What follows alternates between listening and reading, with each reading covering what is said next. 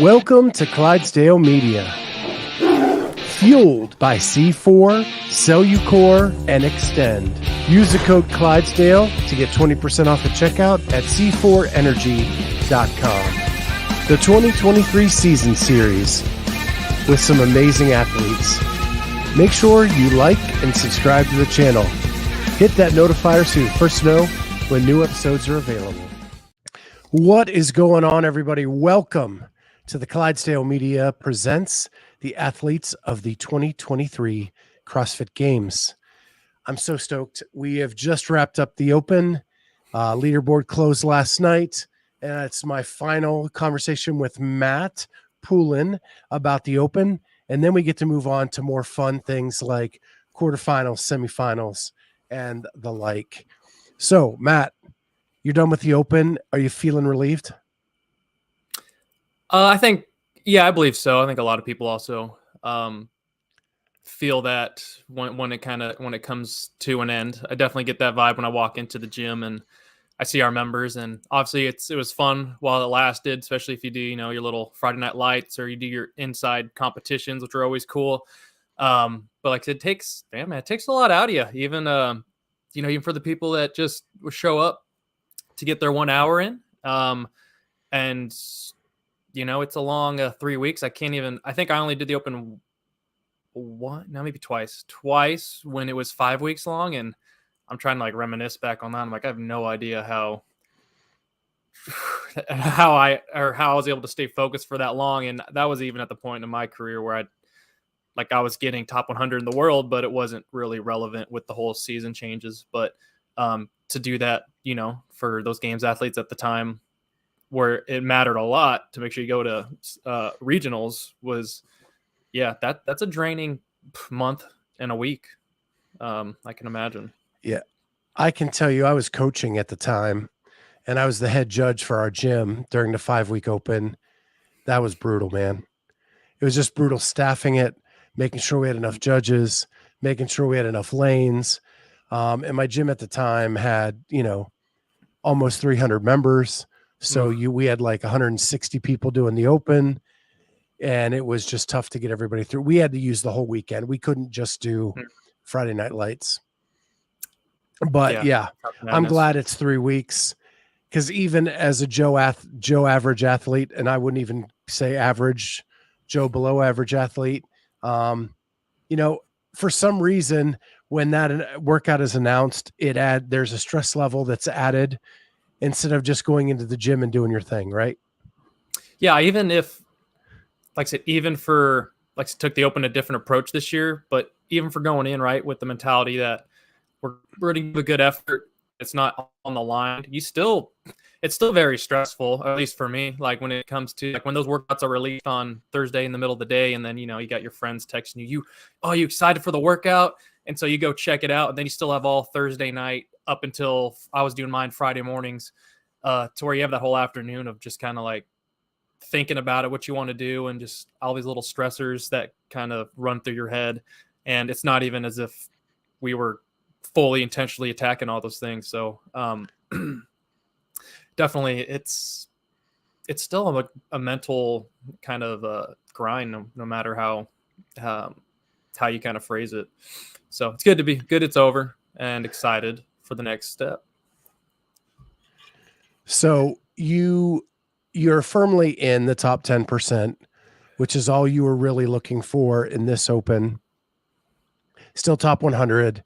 You're moving on to the next round. All this gets wiped clean, and you get to start anew with the quarterfinals. What do the next couple weeks look like for you? Yes. So, like I said, we have this kind of our dead week right now. For me personally, what it looks like on my, when it comes to my programming, we are, we've been doing a lot of quarterfinal movements over the past month anyways, but now we're starting to kind of decrease the volume a tad bit and more go for intensity. I think probably this whole week will be a normal week of training. Nothing too different other than probably more intensity. And then for me, next Wednesday, I think I've decided I'm going to go head down to my coach's gym down in Baton Rouge, go to L's gym. And so I'll probably take off Wednesday because it's a whole day drive. Early Wednesday, kind of recover that night, maybe move around a little bit on Thursday. And then since unless I haven't rechecked them, but if it's as of like the last 2 years, we kind of know our workouts middle of the day Thursday. And so I'll probably hit one Thursday night. Nope. Oh, see, I'm glad I have this. You're how I get my information. So this might totally change my week. So you'll get 2 workouts Thursday afternoon. Oh, that I did hear that. They're not releasing all of them. They're going to release the ones that are due. Which honestly, yeah, I'm a fan of that. I think that just makes the playing field a little more even, level. Still got to attack them as if, but I think it's less stressful. I think, especially for athletes, that you don't have to like choose what order's best, which order, like how do I have to do this? Now we just kind of, okay, we have 1 or 2. Which one do you want to hit? That's just like a normal training day. We hit a morning session and evening session, and so yeah, I'm glad you reminded me of that. That also helps me consider my fact what day I'll travel down there. So Corey is saying hi from always, Louisiana. Yeah, always listening in. Always appreciate them. Always see a familiar face every week in those comment sections down there. Yeah, so you're heading to Louisiana. You're going to do the quarters there? At the moment, yes. Like, since something crazy happens, unless I get wet feet or, but yeah, that's the plan. I'll head down there. It'll be nice having my L yelling in my ear to go faster. Cause like I said, I've been just kind of training up on my own up here. And I've been trying to tell myself that in my head, your little person in your head telling you to go faster, but it's always nice to have, someone who, I don't know, who you value in their word and their opinion and their in your life to kind of really to be there and to push you on. So kind of get into that next gear. So Corey says, dude, you came down here to train with us. You're family now. Hey, that's that Southern hospitality. You got to love it. So I hope you're okay with this question. As we've been talking through the open, you've been very transparent with us about how, maybe the pull-up bar, if you were to redo the second workout, you wouldn't make it so high.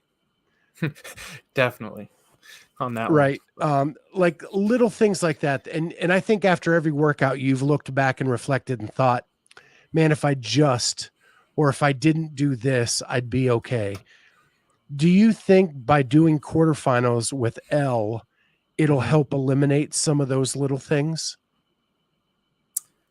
Because it's not all on you now.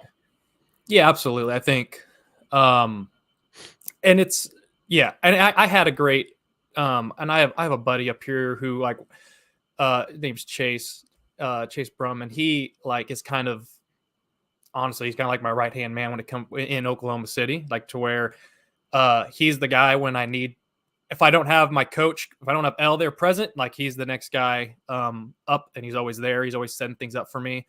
That being said, I think with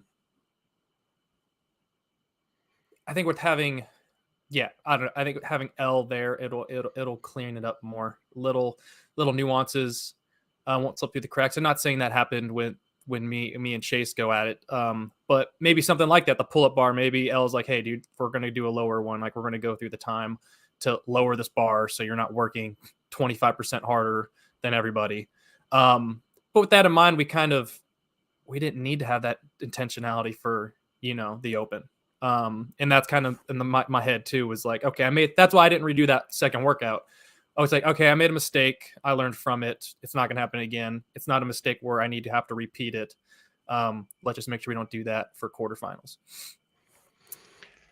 Well, and the reason I say that, and it's not a dig on your buddy at all, or an elevation of L, it is that he has like the whole brute camp kind of in his corner, right? L is connected to all the other brute coaches who are all thinking about the same thing on the same weekend at the same time. Yeah, absolutely. And so between that, between that huge brain trust, they're coming up with the ideal ways to set you up for success. Yeah, absolutely. Like I said, and me, fortunate enough, like where I'm transitioning to becoming a brute coach myself. Like I'm aware of all the communication that kind of goes on between the whole kind of all of our coaches. And so with that, comes all the resources that come with each of everybody's different coaching philosophy, experience, and whatnot. And so little things like that, yeah, most likely don't get missed, as if, it's the luxury of having diversity when it comes to different types of backgrounds, and skill sets. Things we learned in our MBA also coming into use in CrossFit. But yeah, and none of that was a dig at me or my team up here. Yeah, like I said, it was things that weren't, and I was probably me being pretty. I'm sure he probably honestly mentioned it too. I know Chase, he is really good at getting every single detail, and I just probably said that's fine.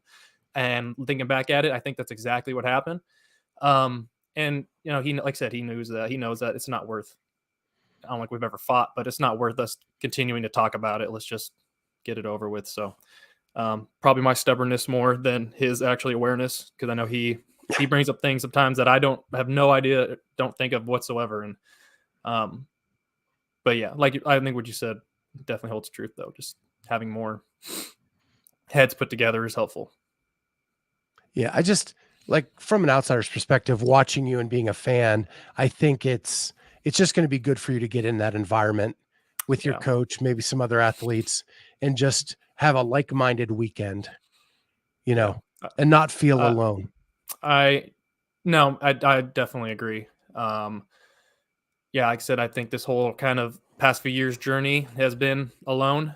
And so this will be, and that's like, I wanted to try it this year. Like, screw, I've always done quarterfinals in my home gym, which is great. And I always have a handful of people who come out and support me: Brock, Ashley, Matt, obviously, and my wife, Alana, all that. Like, I have my whole core group of people are always there, and then whatever I need. But it's like, hey, let's just try something different this year.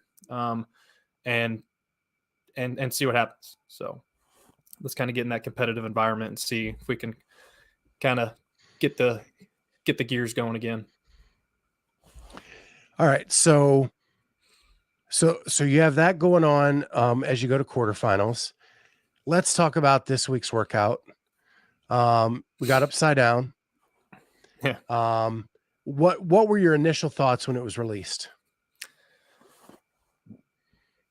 My initial thoughts was I was excited about the wall walks, and honestly, I wish I had more wall walks, but that's not the wall walks were just there. It wasn't that type of workout as you shortly went through it. But I don't know. My walks have been feeling really good lately. I've been doing them a lot, and that's like a movement I feel really confident on. So I just wish there were more, just so I could test them more.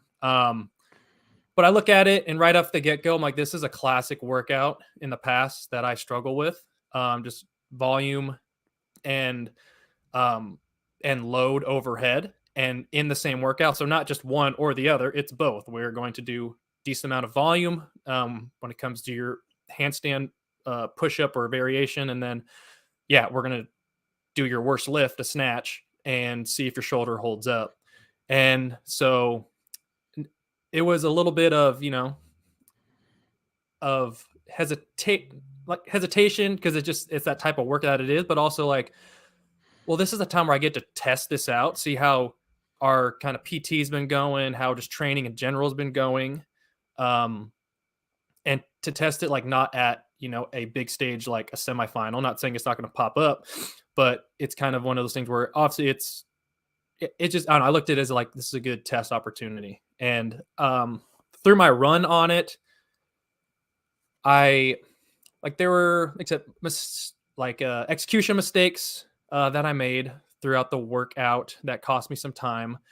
And I was kind of dwelling a lot on those, but also I had to look back on the video and also be proud of, like, I definitely would have done better. I did better on this workout this year than I would have, say, last year. And that just shows that improving when it comes to strength and for just overhead movements in general.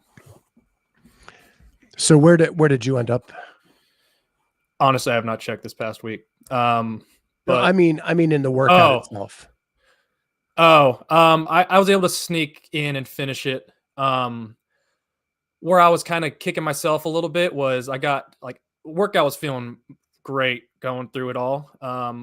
One note I was happy about looking back was that none of it was fitness related, like where my errors or struggle was. It wasn't like I'm trying to catch my breath. Like I was pretty chill. I was chilling throughout the whole workout. I think I got to the 225 bar like 8.5 minutes.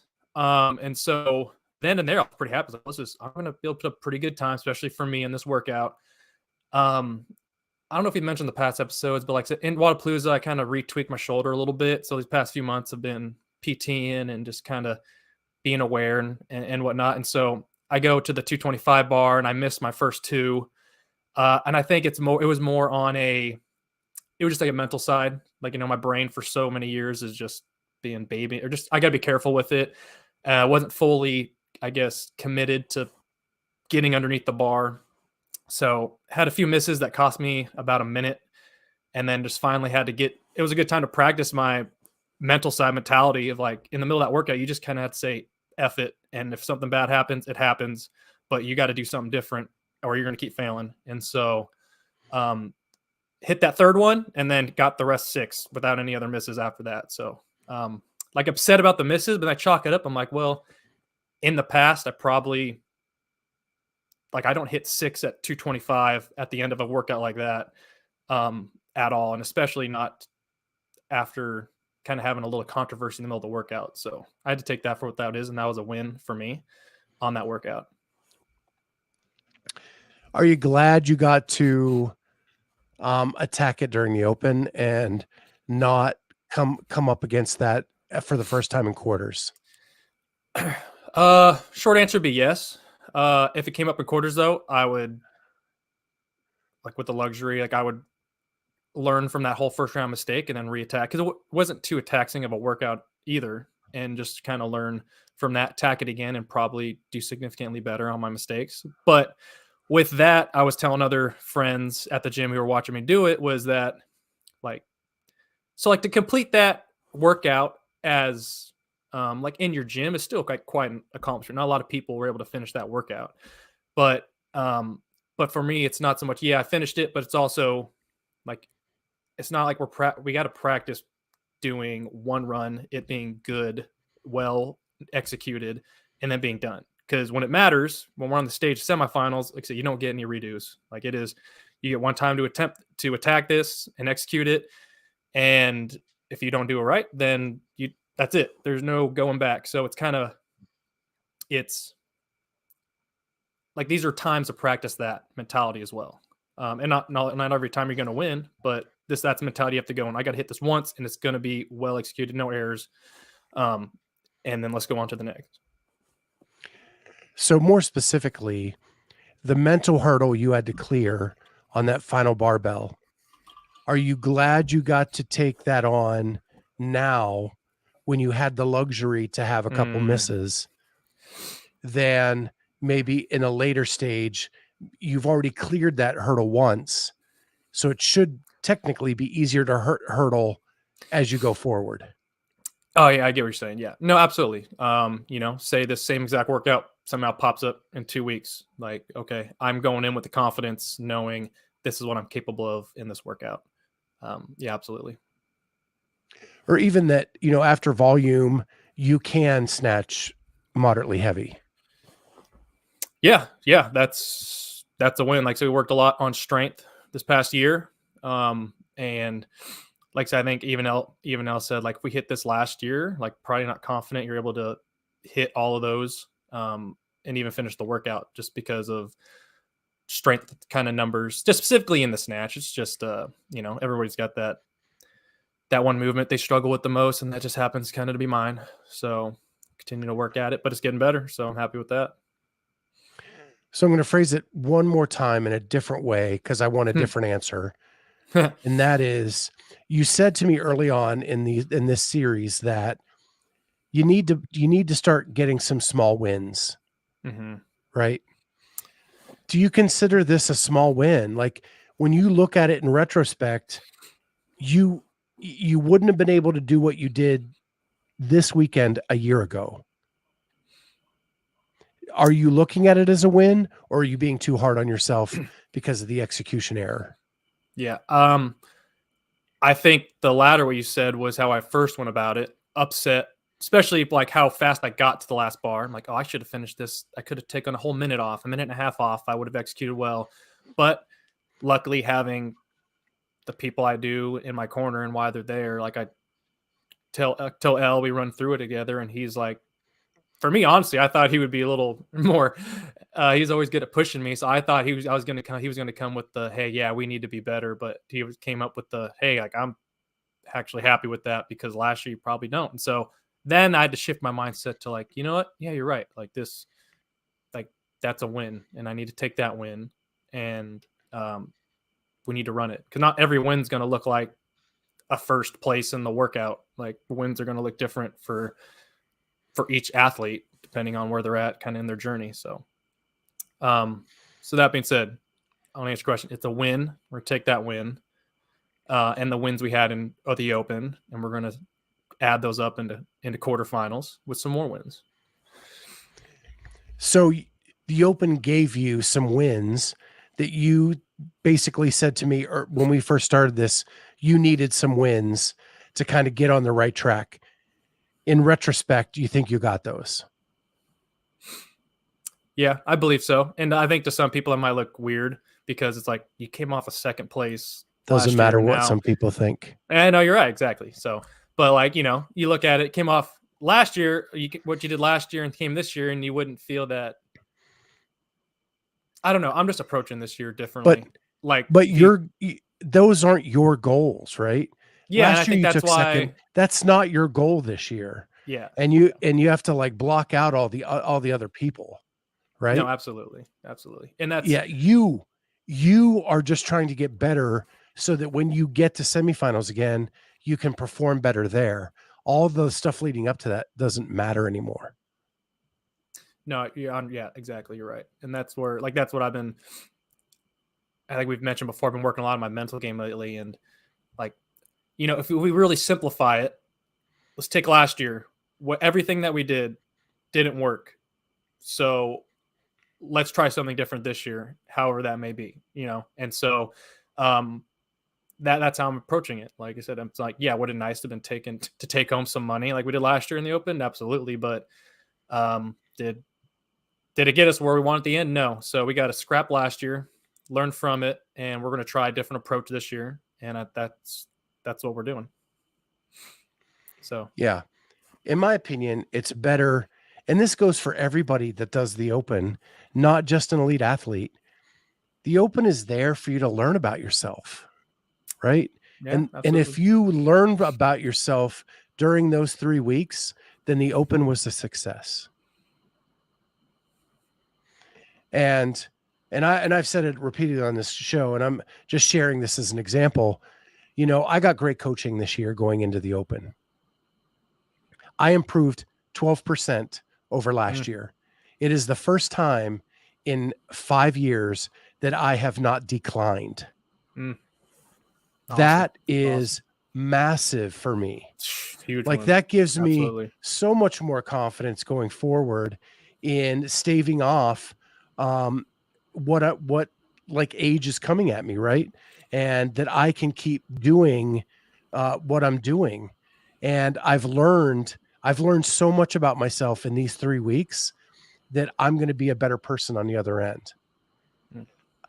I think if you step back and take a look at what you've done this Open and what you've learned about yourself, the same thing can be said. Absolutely. Yeah. Yeah, I can't agree much more than that. So, yeah. Well, that's from the sermon of Scott. Come here every Sunday to get your enlightenments and some life training. Absolutely.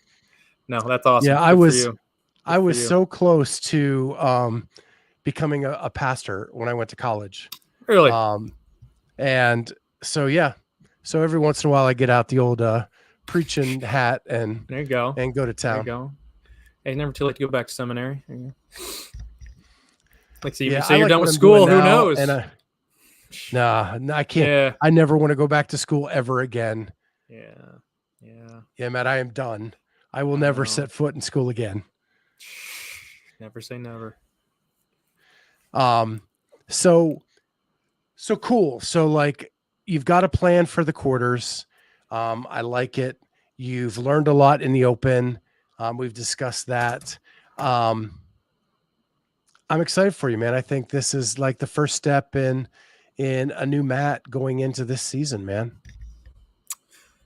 Thanks, guy. I think so too. Like, yeah, like so we're not gonna. I think going back last year, we got high a little too early and haven't been in that position before. I think if you really think about it, and so, gonna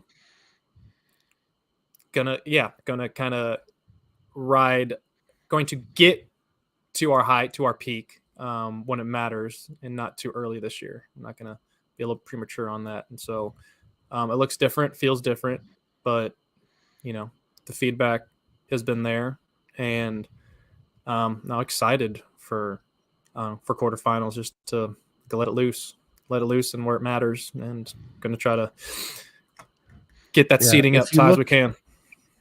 If you look at all pro sports, right, it's not the best team that wins the championship. It's who got hot at the right moment. Yeah, absolutely. Especially right. My background, baseball, that's more times than not, that's it. Even the best team, like, rarely is the one that lands at the end. It's just who's hot at the right time. Yeah, who got the hottest pitcher, who got the hottest hitter going into the playoffs, and that makes absolutely, because you get a hot pitcher in baseball, they can change a series. Yeah, if that's you chalk it in as a win. You could chalk if you could chalk one game up as a win every time, then that's big. That's huge. Yeah, and so if you get hot at the right time, that's all you need, man. That's all I need. I know it's crazy, and it's still, like, we think about it, we still have a lot of time until semifinals. Like, we still have a few months. Like, that's a lot of time. And granted, should have been putting in the work in the off season, and we have, but it's still there's still a lot of time to even get better.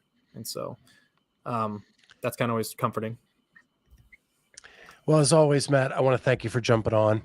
We've come up on the half-hour mark. I wanted these to be 15 to 20 minutes. I was completely wrong on that. I don't think I've had one that short ever since we started this. Even this just flew by. So yeah. So I want to thank you so much, and we will talk to you during quarters, man. Let's do it. Let's get after it. All right, man. Have a good one.